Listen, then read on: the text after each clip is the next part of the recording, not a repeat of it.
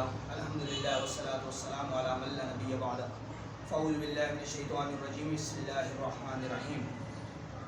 بحمدہ تعالی ہمارا درس قرآن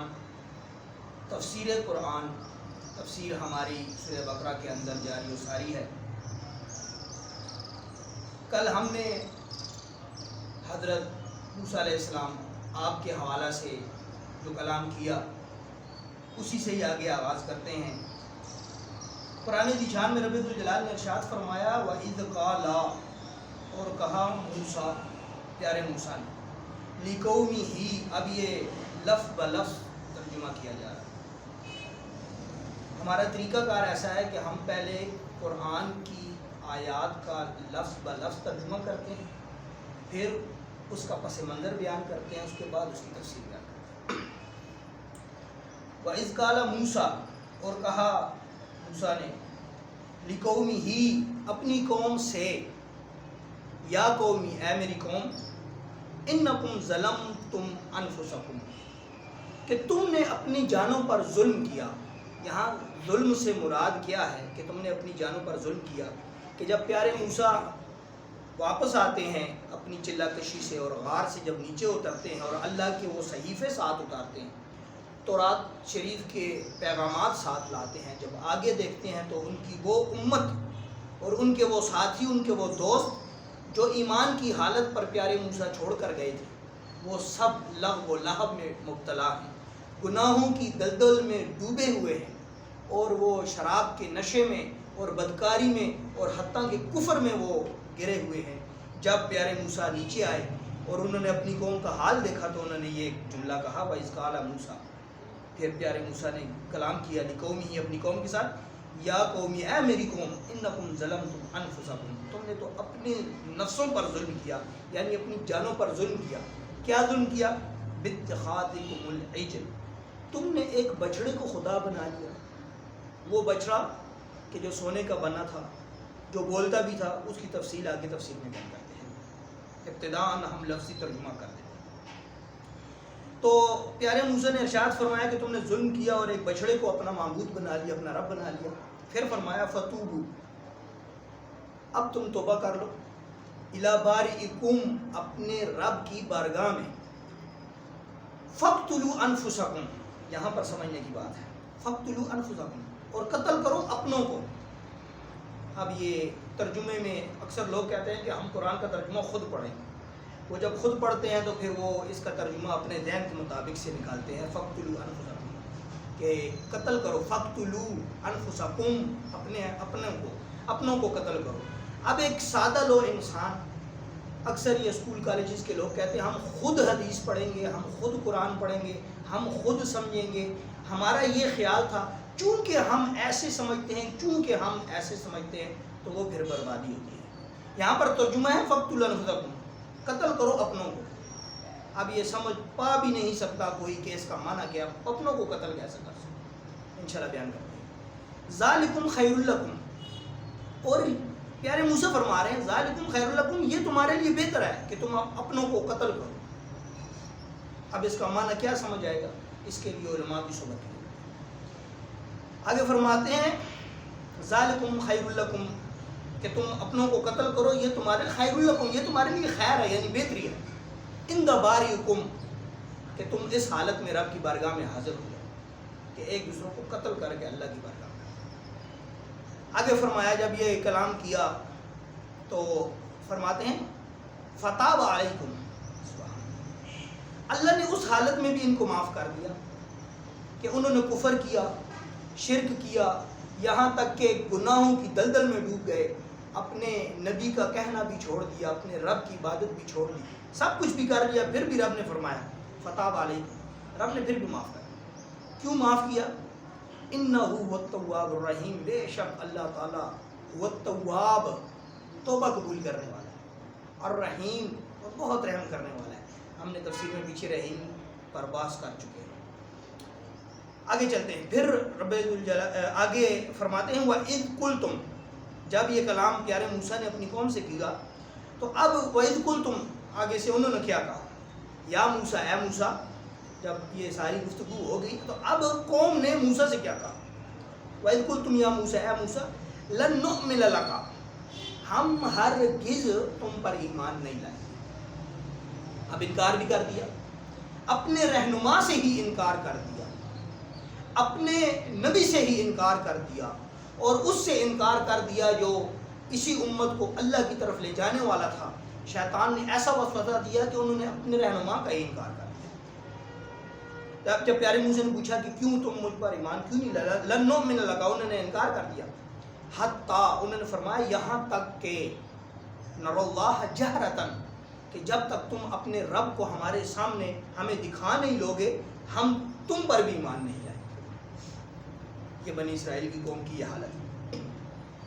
تو یہاں پر پیارے موسیٰ نے ارشاد فرمایا کہ تم میں وہ طاقت نہیں ہے کہ تم رب سے کلام کر سکو یا رب کو براہ راست اپنی سر کی آنکھ سے دیکھ سکو. تو انہوں نے بحث کی, انہوں نے کہا لن نؤمن لک, ہم تو ایمان ہی نہیں لائیں گے اس وقت.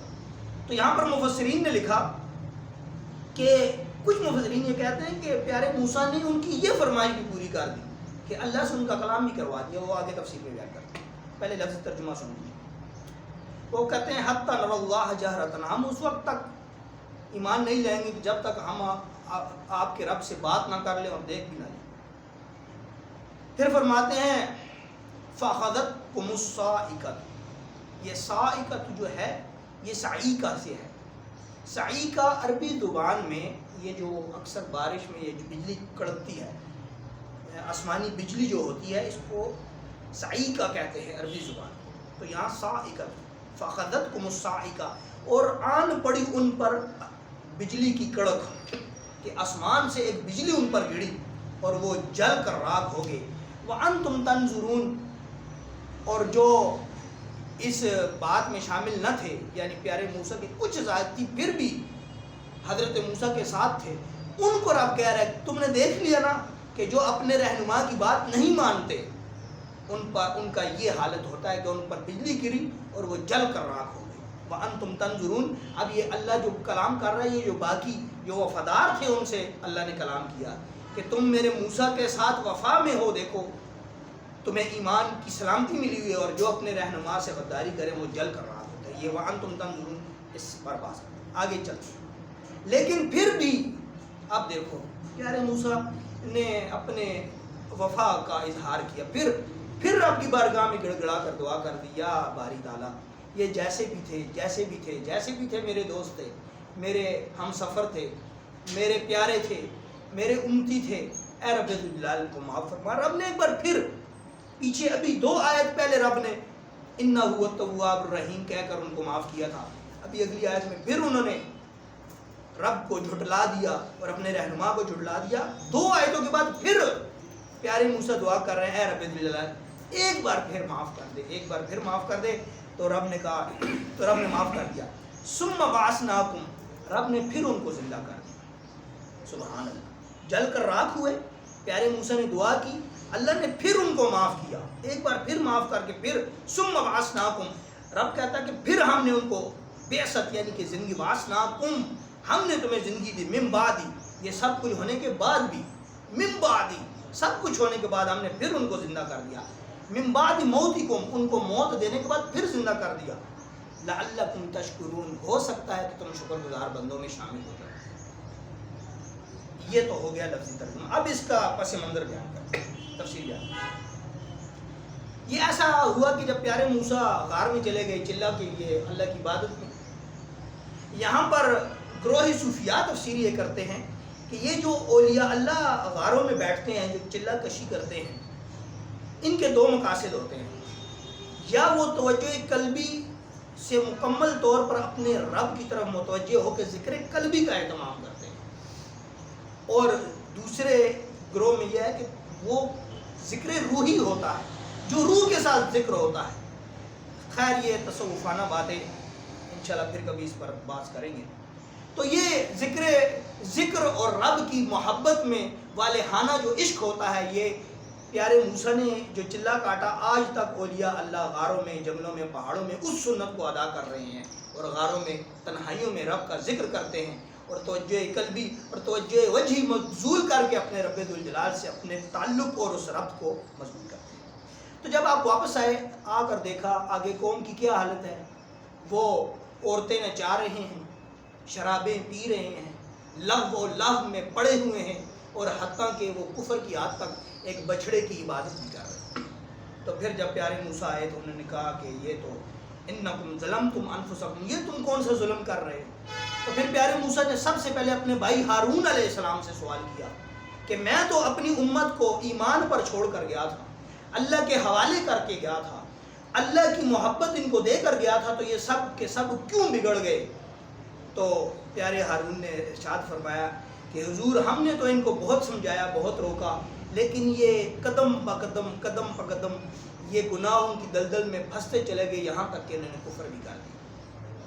پھر ایک جادوگر تھا کہ جس نے وہ بچڑا بنایا تھا، ان سب کو لوگوں کو گمراہ کرنے والا جو اصل شیطان تھا وہ انسانی روپ میں جو تھا، اس کا نام سامری جادوگر ہے، قرآن میں تفسیر میں اس کا ذکر ہے۔ سامری جادوگر نے وہ بچڑا بنا کر تو اس پر جادو کیا تو وہ بولنا شروع ہو گیا۔ اب وہ بولنا کی شروع ہوا، یہ بھی آپ کو ایک معرفت کی بات ہے، باتیں تو بہت ہوتی ہیں، وقت کی قلت سے بیان نہیں کر سکتے۔ سامری جادوگر نے پیارے موسیٰ گھوڑا چلا رہے تھے تو پیارے موسیٰ کے گھوڑوں کے قدموں سے لگنے والی مٹی کو جمع کیا، اس پر جادو کر کے اس بچڑے کے منہ میں ڈالا تو وہ بچڑا بولنے شروع، سونے کا بنا ہوا ایک گائے کا بچہ بچڑا اس کے منہ میں جب ڈالا تو وہ بولنا شروع ہو گیا۔ یہ سامری جادوگر کا ایک انداز تھا جادو۔ تو اس کی تحقیق یہ بیان کرتا ہوں۔ اب یہ تو تفسیر میں ہے کہ اس نے اس طرح مٹی ڈالی۔ تو ہمارے والد صاحب رحمۃ اللہ تعالیٰ علیہ نور اللہ مرکزہ، ہمارے والد صاحب 22 سال مسقط العمان میں رہے، یہ عرب کا علاقہ ہے، اور قدیم عربی لوگ جو ہیں، عرب کے پرانے قبائلی لوگ، وہ عمان میں رہنے والے لوگ ہیں۔ تو ہمارے والد صاحب یہ بتایا کرتے تھے کہ عمان کے اندر اب بھی سامری جادوگر کی قبر موجود ہے، اور اس کے وہ شاگرد بھی آج بھی اسی انداز میں جادو کرتے ہیں کہ اگر کوئی عورت ریتلے علاقے میں چلتی ہے یا زمین پر چلتی ہے تو وہ اس کے قدم کے نشانات کو وہاں سے مٹی لیتے ہیں، پھر اس پر جادو کر دیتے ہیں۔ جس طرح پیارے موسیٰ کے گھوڑے کے قدموں کی مٹی سے سامری نے جادو کیا تھا، آج اس کے شاگرد عورتوں کے پاؤں سے لگنے والی مٹی اور جہاں پر نشانات بن جاتے ہیں وہاں پر جادو کرتے ہیں۔ یہ تحقیق کوئی تفسیری تحقیق نہیں، یہ وہ ہے جو ہم نے اپنے والد صاحب رحمۃ اللہ تعالیٰ علیہ سے براہ راست سنی ہوئی ہے، چونکہ اس کی قبر بھی وہاں پر موجود ہے اور وہ جادو آج بھی وہاں چل رہا ہے۔ آگے چلتے ہیں۔ تو سامری جادوگر کا پھر کلا کما کیا۔ کلا کما کرنے کے بعد وہ جو بچڑا تھا، پیارے موسیٰ نے سب سے پہلے کفر کا سر قلم کیا، اس بچڑے کو توڑ کر اس کو جلا کر آگ میں دریا میں بہایا۔ یہاں پر میں جادو کے حوالے سے ایک بات کرتا چلوں، الخصائص الکبریٰ کی ایک حدیث مبارکہ مجھے یاد آ گئی۔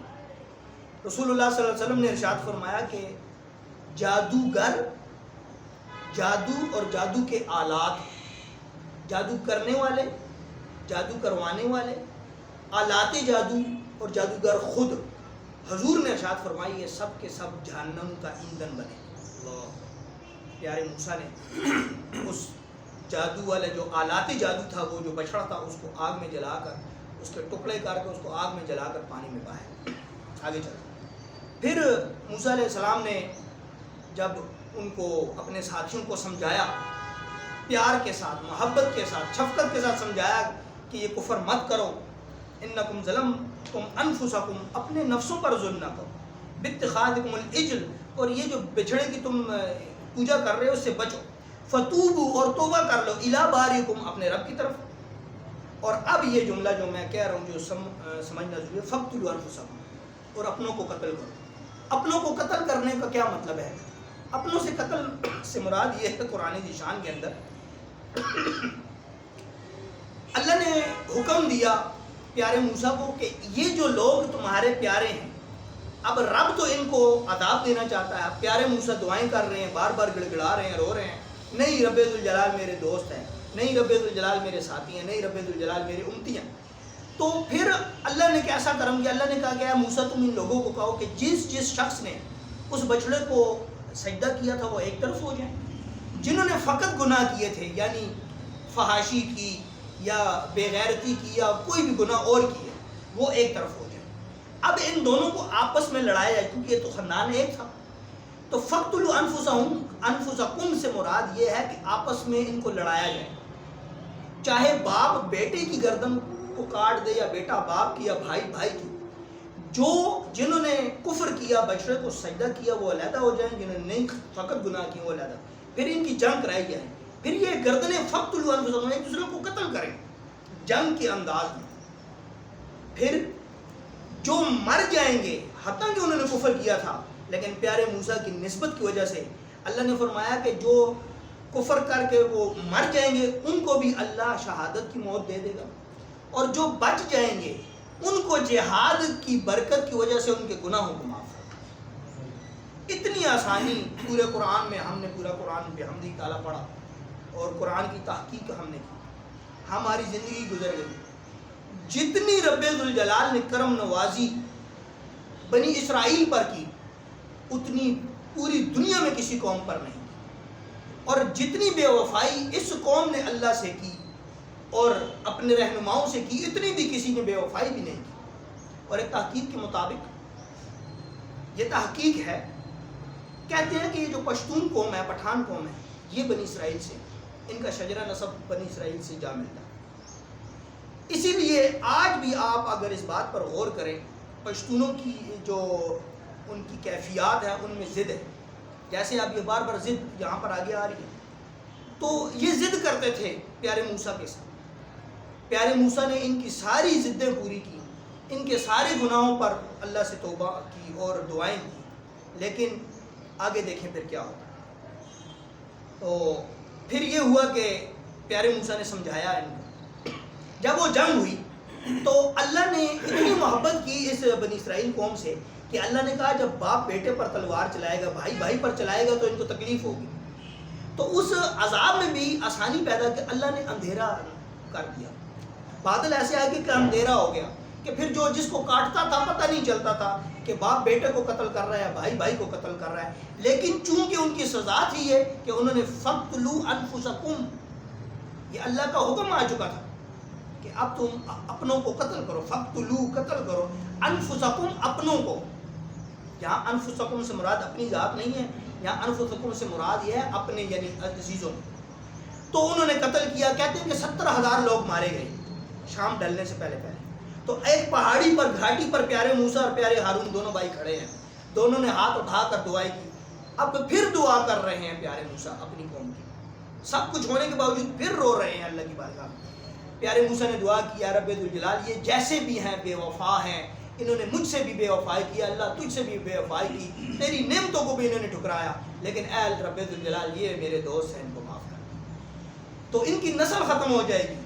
تو پیارے موسیٰ نے یہ دعا کی تو اللہ نے کہا کہ ان کو روک دو۔ پیارے موسیٰ نے اپنی چادر کو ہوا میں لہرایا، تفسیر میں آتا ہے ہوا میں لہرایا، تو جنگ رک گئی، یہاں تک کہ 70,000 لوگ مارے جا چکے تھے۔ تو پھر کیا ہوا، وہ جو لوگ باقی رہ گئے تھے جنہوں نے کفر کیا تھا وہ تو قتل ہو گئے اور اللہ نے ان کے کفر کو بھی معاف کر دیا، بلکہ ان کو شہید ہونے کا مقام۔ اب جو تھوڑے رہ گئے ان میں سے بھی خاص جو بہت زیادہ پیارے تھے، پیارے موسیٰ نے ان کو اکٹھا کیا، 70 افراد تھے۔ اب پیارے موسیٰ نے یہ کہا کہ جتنے تم نے گناہ کیے ہیں، جتنے تم نے بے وفائیاں کی ہیں، سب کی تلافی۔ یہاں پر ایک تصوفانہ نقطہ دینا چاہتا ہوں امت، کاش کہ تیرے دل میں اتر جائے میری بات۔ سبحان اللہ۔ عمر فیاض قادری صاحب بہت بڑے عالم دین ہمارے پنڈی کے، اکثر یہ جملہ کہا کرتے تھے، آج وہ یاد فرماتے ہیں کہ یہاں پر پیارے موسیٰ نے ارشاد فرمایا کہ تمہاری یہ جو تمہاری قوم ہے بنی اسرائیل، انہوں نے بہت گناہ کیے ہیں، کچھ قتل ہو گئے، کچھ ہو گئے، اب یہ جو تم خاص 70 ہونا، تم غسل کرو، ظاہری پاکی حاصل، پھر میرے ساتھ چلو غار پر، اب تم 40 روزے رکھو گے۔ اب یہاں پر نقطہ تصوفانہ سمجھیں کہ جسمانی پاکیزگی پانی سے ہوتی ہے اور روحانی پاکیزگی روزے سے ہوتی ہے۔ یہاں پر گروہ صوفیاء یہ کہتے ہیں کہ جب بھی تم سے کوئی گناہ ہو جائے، جب تمہارا نفس تم پر غالب آ جائے، جب بھی تمہارا نفس تمہیں ذلیل کر دے، تو اس کے مقابلے میں نفس کو ذلیل کرنے کے لیے روزے رکھو۔ یہاں پر پیارے موسیٰ نے روزے رکھنے کا کہا۔ یہاں سے گروہ صوفیاء یہ دلیل لیتے ہیں، قرآن کی نص سے دلیل لیتے ہیں، وہ کہتے ہیں کہ اندرونی پاکیزگی چاہتے ہو تو روزے رکھو۔ تو جب ان کو لے کر گئے پیارے موسیٰ کہ آپ وہاں غسل بھی کریں اور 40 دن آپ چلا کریں اور روزے رکھیں اور اپنی پوری جو قوم ہے اس کے بدلے میں آپ 70 افراد معافی مانگیں گے. تو وہ جب وہ غار پر گئے تو وہاں شیطان نے پھر ان پہ تو پہنچ لیا. چونکہ اگر وہ روزے رکھ لیتے تو شیطان اور نفس کو تکلیف ہونی تھی. نفس نے پھر بھڑکایا تو انہوں نے وہاں پر پھر نفس کی مانتے ہوئے پھر پیارے موسیٰ سے بے وفائی کر دی. وہاں پہاڑ پر جا کر کہنے لگے اے موسیٰ تیرا رب تجھ سے کلام کرتا ہے تو ہم سے کیوں نہیں کرتا. دلیل آ جاتی ہے نا, نفسانی دلیل, شیطان وسوسے میں دلیل دیتا ہے. تو انہوں نے یہ دلیل دی کہ اے پیارے موسیٰ تیرا رب تم سے بات کرتا تو ہم سے کیوں نہیں کرتا, تمہارا رب تمہیں نظر آ سکتا ہے تو ہمیں کیوں نہیں نظر آ سکتا. یہاں پر ہاں وَإِذْ قُلْتُمْ انہوں نے کہا یا موسیٰ اے موسیٰ لن نؤمن لک, ہم تو ایمان اس وقت تک لائیں گے بھی نہیں, حتیٰ یہاں تک کہ نر اللہ جہرۃ, کہ جب تک تمہارا رب ہمارے سامنے نہ آئے. تو جب انہوں نے یہ بات کی تو پیارے موسیٰ نے پھر ایک دفعہ اللہ کی بارگاہ میں ہاتھ اٹھا لیا, اے رب ذوالجلال میں جانتا ہوں کہ یہ پھر گمراہ ہونے والے ہیں, کئی مر چکے, کئی غرق ہو چکے, یہ تھوڑے سے میرے ساتھی رہ گئے ہیں, میں دیکھ رہا ہوں کہ شیطانی وسوسے میں آ گئے ہیں, اے اللہ یہ غرق ہو جائیں گے, اے اللہ ان کی آسانی پیدا فرما, ان کو بچا.